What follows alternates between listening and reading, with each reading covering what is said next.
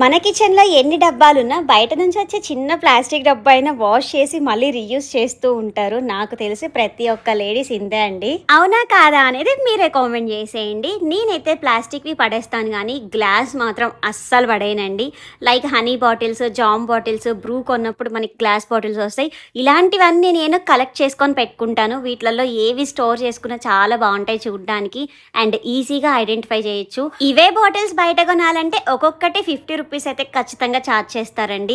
మీలో ఎంతమంది home made మసాలాలు చేసుకుంటారో కామెంట్ చేయండి. మేమైతే అన్నీ హోమ్ మేడే. కారం, పసుపు అండ్ ధనియా పౌడర్, జీరా పౌడర్, గరం మసాలా అన్నీ ఇంట్లోనే చేసుకుంటాను. ఓన్లీ చికెన్ మసాలా ఒక్కటే బయట తెస్తాను. ఇది రెగ్యులర్‌గా యూజ్ చేయను. ఎప్పుడైనా బిర్యానీలోకే యూజ్ చేస్తూ ఉంటాను. నాకు ఏ పౌడర్స్ అయితే కన్‌ఫ్యూజన్‌గా ఉంటదో వాటి మీద మాత్రం చిన్న పేపర్ మీద రాసి టేప్ వేసేస్తాను. ఈజీగా ఐడెంటిఫై చేసేయొచ్చు. ఇప్పుడేంటి రాజీ ఇదంతా అంటారా? కిచెన్ క్లీనింగ్ చేస్తున్నానండి. డబ్బాలన్నీ వాష్ చేసి పప్పులు, ఉప్పులన్నీ వేస్తూ ఉన్నాను. లేచిన దగ్గర నుంచి కడుగుడు, తుడుచుడు ఇంకిదే పని. మీరైతే వీడియోకి లైక్ చేయండి.